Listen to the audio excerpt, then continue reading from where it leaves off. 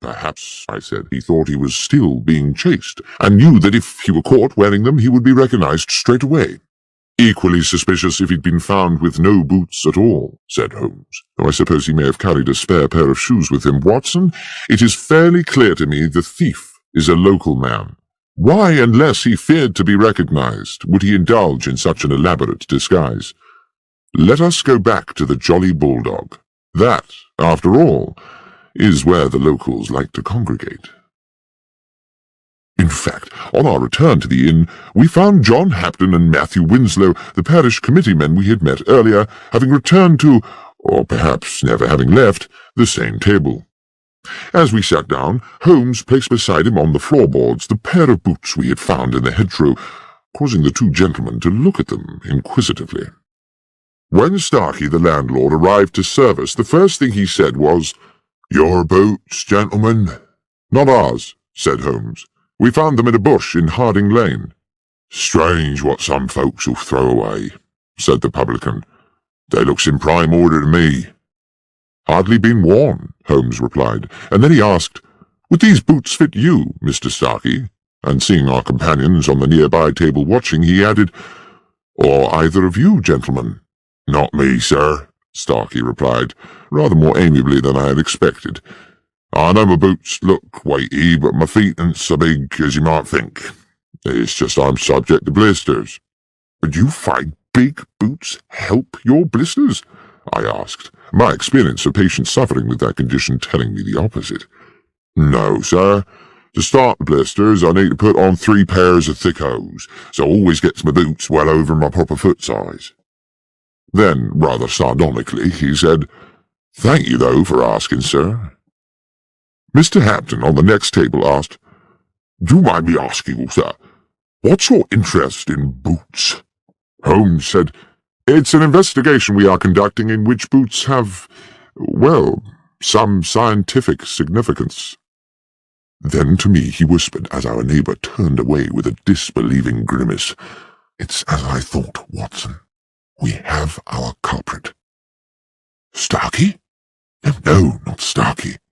One of these—" And I indicated with my thumb the 2 men from the parish committee.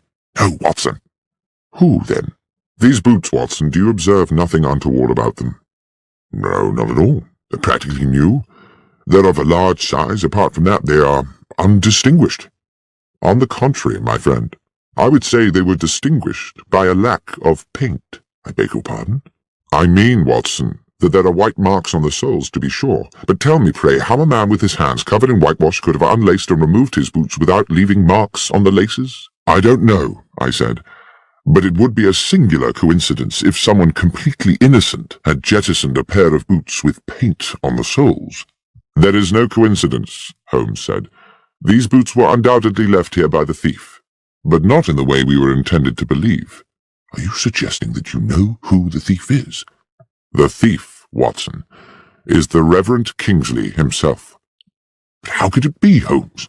There was no time for him to escape across that meadow and return to the vicarage in time to meet Sam Manners outside the church. How can a man chase himself across a meadow?" "As you know, Watson, we are due to meet the bishop this evening at Trinity Vicarage. So let us finish our meal. I will explain everything there." We had promised the bishop an intra-meeting at the vicarage to advise him of our progress in the case, which no doubt the clergyman expected to be only moderate this soon after our previous meeting. But we had hardly settled to our sherry in Mr. Kingsley's comfortable parlour than Holmes declared dramatically, "You will no doubt be delighted to know, gentlemen, that Dr. Watson and I have solved the case." I did not think it my business to confess that after my previous conversation with Holmes I was as much in the dark as anyone, but I sat quietly sipping my sherry while I watched my friend open the bag we had brought from the inn and remove the 2 large white-stained boots we had found beside the stream.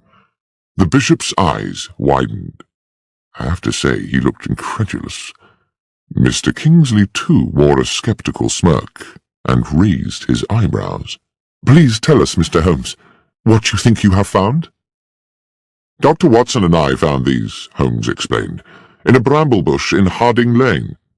Big boots suggested we were seeking a big man, yet the footprints told us his stride was short. It was our landlord at the Jolly Bulldog who enabled me to understand the dichotomy. He is a man who buys bigger boots than his foot size in order to accommodate extra socks.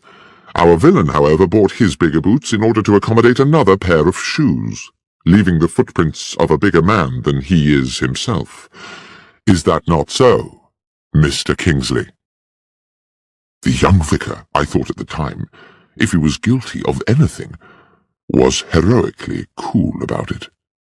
He betrayed nothing but genteel surprise. Are you suggesting that I was the thief, Mr. Holmes? Holmes, said the bishop gravely. From what I understand, Mr. Kingsley and his verger practically managed to catch up with the thief on that fateful day. What on earth do you think is the evidence for this assertion? My lord, Holmes said confidently, Mr. Kingsley wished to embezzle the money raised by the sale of the Hatchingham Grail and decided to construct a piece of theatre which would deceive investigators. He not only invented the spectral man in the large-brimmed hat, he also on several occasions paraded in the hat and the high-collared coat and ensured that Mr. and Mrs. Manners caught a glimpse of him. On the day of the theft, having sent Sam Manners to lunch, he came back here to the vicarage, assumed the disguise, showed himself at the cottage window where Manners was eating, and proceeded into the churchyard. Dashing back to the vicarage again, he slipped out of his cloak and hat and waited for Mrs. Manners' knock on the door. He told Mrs. Manners to summon her husband and rendezvoused with him outside the crypt door. And then what? Said Mr. Kingsley, insolent with fury. I put on these boots, unlocked the church, went down to the crypt, took the money, escaped the church, jumped the stile and ran across a mile of the field, then dashed a mile back, took off the boots and waited calmly for Sam to arrive, whereupon I went chasing off across the field again. That would indeed have been ingenious. To do in 2 minutes what an athlete could not do in 20. Yes, indeed. The question, as my friend Dr. Watson has clarified, is precisely, how may a man chase himself across a meadow? And the answer? Asked the bishop. No one will ever know at what point you took the money, Mr. Kingsley. As the keyholder, you are free to do it at your leisure. And, for all one knows, it may never have been in the crypt safe in the first place. Certainly there was no need for you to waste time on it on the day we are discussing. You wished to ensure there was just enough time with Mr. Manners at lunch for you to get to the crypt door and kick over the whitewash bucket. And of course, you had given Mr. Manners the task of whitewashing that particular part of the church wall, simply to ensure that there would be a bucket there to be upturned. That was all you needed to do, because, and here is the thing, you had made the footprints across the field on the night before. You had also, I have no doubt, planted the boots in the hedgerow on the same occasion, making sure they had plenty of white paint on the soles. Foolishly, you forgot to daub a little on the shoe laces. At this point, the vicar dropped into a chair as though all resistance had suddenly fled him, and I believe that as Holmes proceeded, we all realized that he was now approaching a devastating conclusion. At some hour of that night, Mr. Kingsley, having splashed so much whitewash on the underside of the boots that your hands were gloved with paint, you planted your white-printed trail along the footpath across the meadow to Harding Lane. Afterwards, you dropped the wide-brimmed hat by the stile and jettisoned the boots in a bush further along Harding Lane. The trail of prints was therefore neatly in place for the deception next morning, and I dare say you were solicitous to keep Mr. Manners away from the stile, where he might prematurely stumble upon your, if I may so misname it, handiwork. But one moment, said the bishop. If Mr. Kingsley had dropped the hat the night before, how could he have been wearing it that morning? Well, of course, that's simple, said Holmes. There were 2 hats. And finally, there was the question of the keys. What question was that, Holmes? I asked. I don't recollect any mention of keys. Precisely. There was a distinct absence of any such mention. Why? Because a key would have been needed to enter the crypt, and Mr. Kingsley thought it better not to raise the tricky matter of how such an intruder might have got hold of one. The pale face and slumped figure of Mr. Kingsley indicated his utter defeat. The bishop clearly needed no further convincing. The money, Kingsley, he said. Have you spent it? The vicar looked bitter. I'm a gambler, Bishop. And the truth is that over the years I have burdened myself with appalling debts. I started to use the church money bit by bit. I meant to return it one day when I had a big win, but money runs through my hands like water. There's little of it left. Then it's a matter for the police, the bishop said, and we must find a new vicar for Hatchingham. I fear that you, Mr. Kingsley, will for many years be the incumbent of a much dingier parish.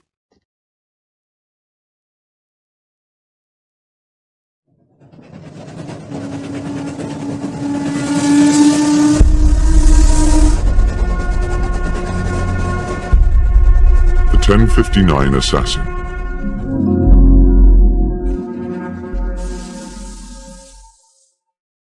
It is now well known that the investigations of my friend and companion Sherlock Holmes, which I have had the privilege to document over the years, represent only a small portion of his life's work.